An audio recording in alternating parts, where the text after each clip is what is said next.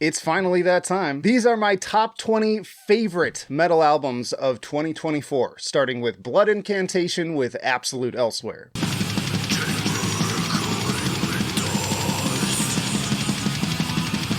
The Colorado death metal band back again with possibly their most forward-thinking record to date in a discography dedicated to innovation. 2 lengthy compositions here, but broken up into 6 tracks with incredible pacing and something new and exciting to offer every minute or so, including a collab with Tangerine Dream of all things. They come from outer space. Why not? Also getting vibes of everything from Opeth and Ulver to Pink Floyd on the Message tablet too. Such a wonderful, continuous peeling back and revealing of new layers that never got boring for a second. Now on the more sledgehammer side of the spectrum, we have Undeath with More Insane.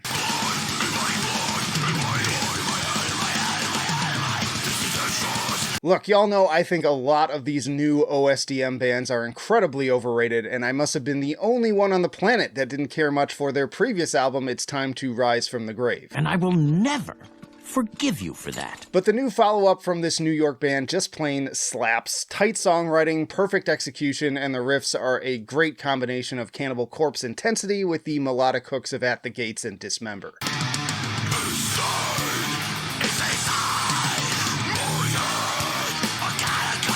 From highly infectious growl-along vocal moments to some pretty epic harmonized riffing and soloing, this album's brisk 34-minute runtime is packed to the gills with only the best. It's one of the least innovative picks on this list, but sometimes you just get the existing formula so right that it deserves extra attention. But speaking of innovation, we have Thy Catafalque with A gyönyörű álmok ezután jönnek.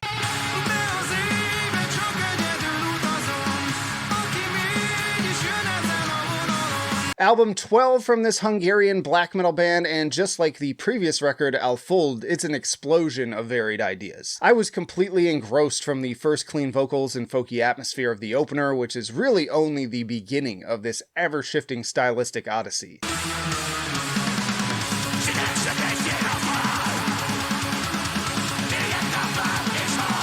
You've got chill jazz closers transitioning into aggressive blackened death metal, sorrowful strings giving way to more enslaved-esque prog, 80s style synths, mandolin, breathtaking traditional ululated singing, and of course the occasional saxophone solo. More required listening if you're tired of hearing the same old stuff. But again, sometimes the same old stuff hits just right when they nail it, and that brings us to Aborted with Vault of Horrors.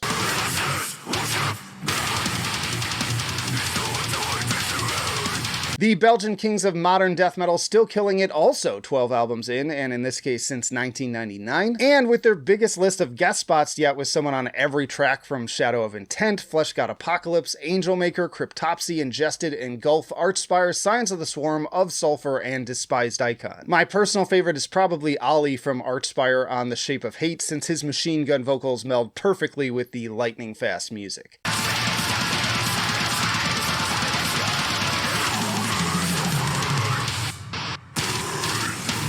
Plenty of tracks here to instantly get their hooks into you, like Death Cult, Insect Politics, and the Golgothan. Frankly, every song here is fantastic, with a great start-to-finish flow that has an emphasis on speed and heaviness, but masterfully broken up by the melodic and atmospheric elements. But back to the more unique side of the spectrum, we have Pyrrhon with Exhaust.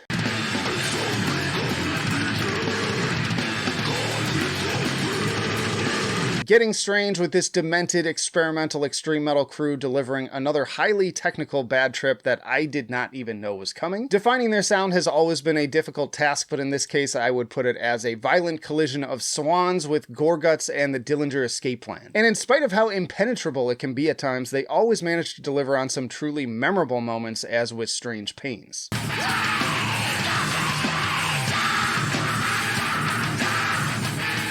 Even when they slow things down with tracks like Out of Gas, it's almost more deranged. A few years back, I started using the term sounds from a serial killer's mind, and this tight 38 minutes definitely belongs on that playlist. This is my design. But moving from less is more to sprawling and expansive, we have Mitochondrion with Vitriseptome.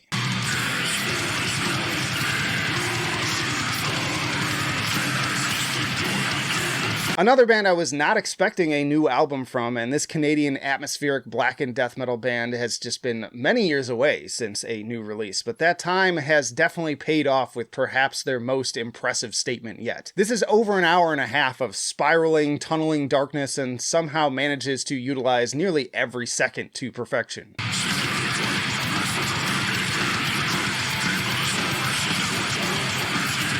Their sound is also a little bit more on the technical, gore-gutsy side, offering lots of eerie, winding pathways punctuated by more explosive moments like the scream that kicks off Ignis Caecus, but also highly recommended to fans of Portal, Alterage, and Abyssal. Transitioning from challenging back to more catchy fare, we have Summoning the Lich with Under the Reviled Throne.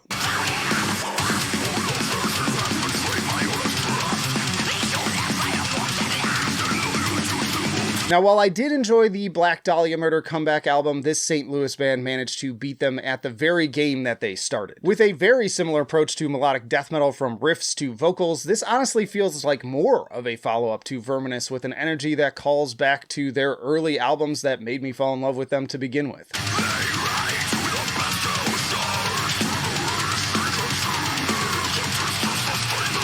Packed with hooks and fantasy imagery, this is a serious Underdog standout in a year overflowing with great death metal releases. United in Chaos was already an impressive debut, but this sophomore effort should really prove to all of you that they are a band to watch moving forward, so please do. We haven't gotten a lot of black metal on the map yet, so we should probably talk about Borknagar with Fall.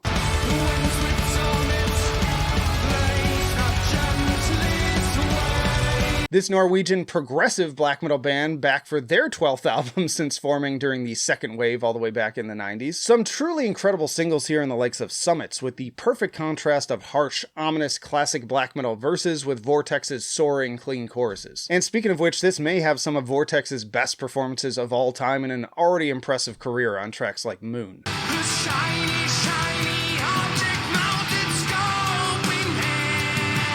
Really stunning production too, once more really capturing the chill in the air and every impact of the drums. Another tour de force in a case of every track having something special to offer while contributing to a larger and deeply profound whole. Top 3 for them if you ask me. Moving from beauty back to suffocating darkness, we have Knoll with As Spoken.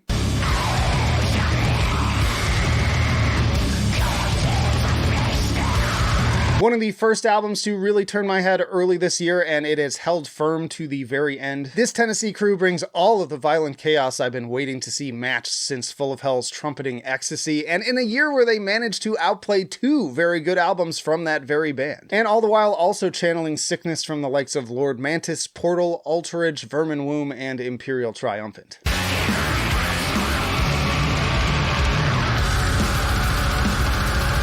This is a spiraling vortex into oblivion with guitars like swarming locusts and deliciously blackened vocals. I know it's corny and overused, but the phrase that comes to mind is definitely abandon all hope ye who enter here. There were plenty of options for modern tech death this year, but I'm going to give one of my biggest recommendations to Apogean with Cyberstrictive. The latest project featuring Max Smith, who has also done killer vocals for Croesus, Alter Beast, and Hammer of Dawn. I'm a big fan of what Mac brings to the table, and he fits in here perfectly, bringing deathly low growls and phlegmy high snarls alongside a great mix of brutal technicality, melodic riffing, and irresistible grooves I'd compare to Entheos.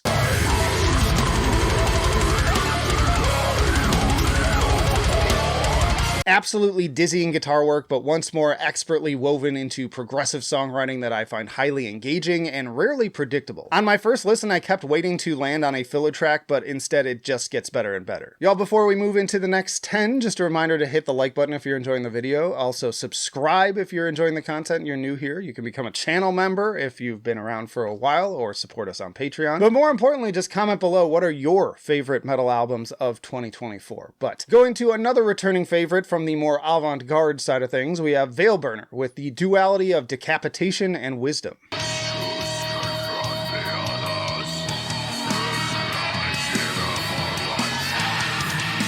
This highly underrated Pennsylvania black metal band is celebrating their 7th album and going all in with the theological significance of that number, with 7 songs each running exactly 7 minutes. And while that may sound like a gimmick on the surface, they've managed to pull off another truly exemplary piece of work here with all the usual bizarre psychedelic flourishes.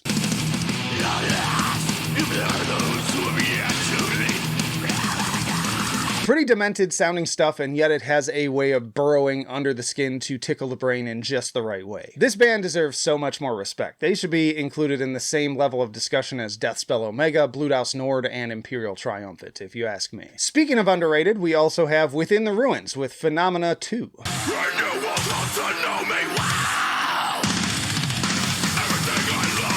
Making a sequel to one of your most beloved albums is a tall order, especially with a different lineup, but these guys absolutely pulled it off, delivering even more comic-inspired bangers while also showing the world that Djent and deathcore don't need to be generic binary riffs and breakdown fests. This is another masterful union of impressive technicality with highly infectious songwriting.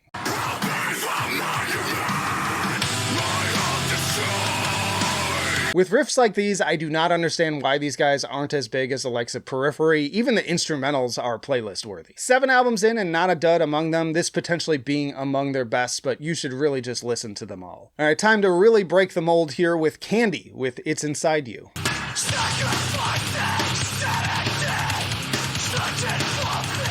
With its dark and degenerate fusions of hardcore, industrial, and electronics, Candy is just what the doctor ordered for this fan of all of those genres. If they were all heavy on their own, the pain they bring together is exponential. And as much as people mock record scratching in metal, these guys managed to pull it off without an ounce of cheesiness.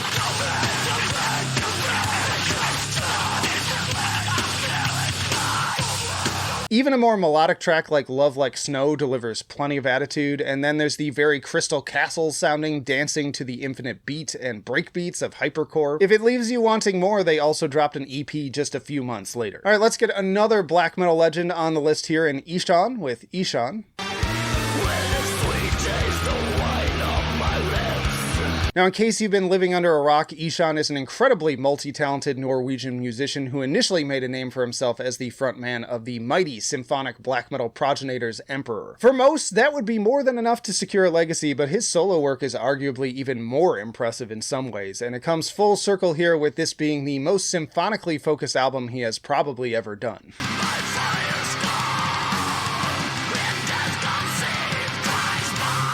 We're talking full orchestra and even an alternate orchestra-only version alongside his eclectic melding of black metal and progressive music. Again, for those less familiar, I would easily pair this and any of his other records with the modern albums of Enslaved, and frankly, this quickly became my second favorite of his solo works just behind Arctis. A little more Underdog love here for Zombie Shark with Die Laughing.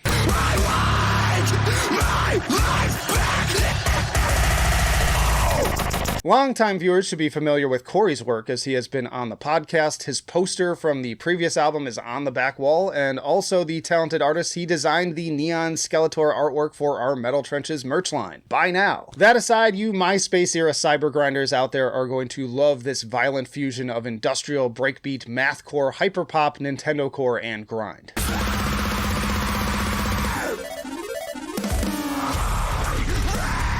With 16 tracks over just 30 minutes, every second is jam-packed with dense and unpredictable shifting soundscapes seemingly designed to twist your brain into knots. I could draw some stylistic comparisons to Darko and The Armed, but Zombie Shark is far more eclectic and ambitious in scope. Now, the pick that people will debate whether it is actually metal, but absolutely earned a spot here, is Chat Pile with Cool World.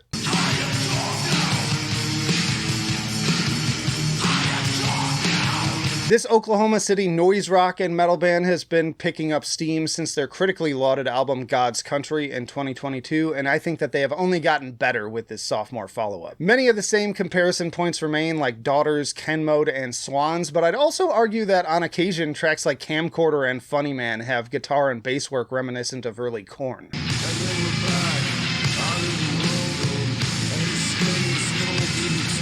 Regardless, the results are always haunting in this very dreamlike, dissociated way, at times also descending into full-on madness and violent nightmares with this incredible sense of desperation in the vocals. About as far of a mood as you can get from the clearly tongue-in-cheek title. Also, shout out to the movie of the same name that nobody seems to remember. You think she's got a thing for you, don't you? You keep your pencil in your pocket. Now, not many metalcore albums blew me away this year, but my personal favorite was Knocked Loose with You Won't Go Before You're Supposed To.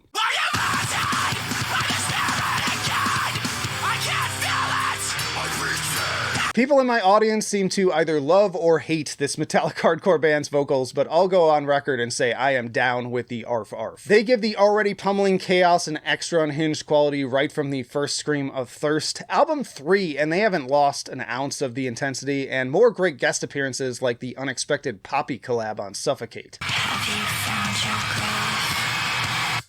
Suffocate!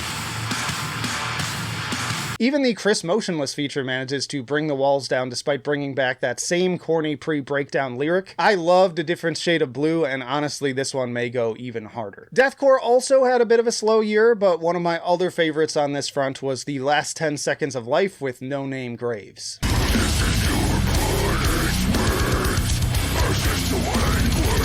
Now, I fully anticipated Darko taking this slot, but this Pennsylvania crew managed to just plain body me while the other disappointed for the first time. Something I appreciate about these guys is that they ignore most of the oversaturated modern tropes of the genre in favor of something more pummeling and often hardcore inspired, with songs molasses slow to only further emphasize each snare hit like one extended breakdown.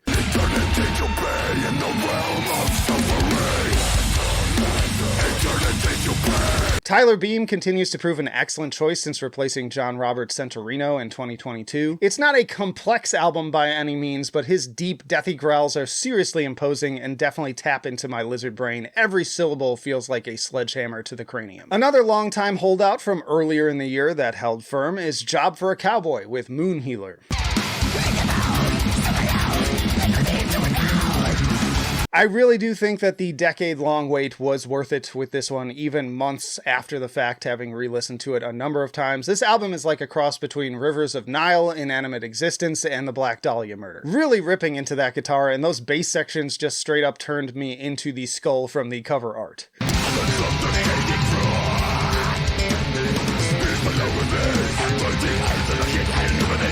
Notably, Naveen Kopervice of Entheos and formerly Animals' leader's drums on this album, making for another welcome addition, and of course Johnny still killing it on vocals. Comeback albums are hard, with every year away the expectations only getting more and more unreachable, but they absolutely nailed it. And then, speaking of albums that seemed like they couldn't possibly live up to the hype, we have Opeth with The Last Will and Testament.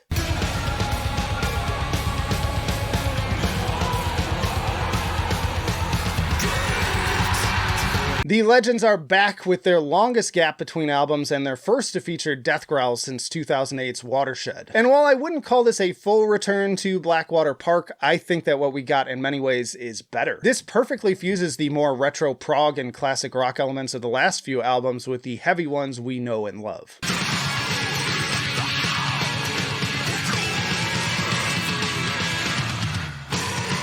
Not to mention, pretty interesting to get Ian Anderson of Jethro Tull and Joey Tempest of Europe guesting. You can never truly relive the glory days, but I do think that this signals another interesting and exciting moment for the band that has the potential to spark a lot of feels, both old and new, which is very fitting to the variety of musical decades that inspired the writing of this album, and also inspires me to make videos on this channel to spread as much cool shit as possible. Y'all check out this playlist for more of my favorite metal albums of 2024, or this one for my most disappointing metal albums of 2024. But that'll do it for now. Flight of Icarus signing off. Thank you for another great year, and I will see you in the trenches.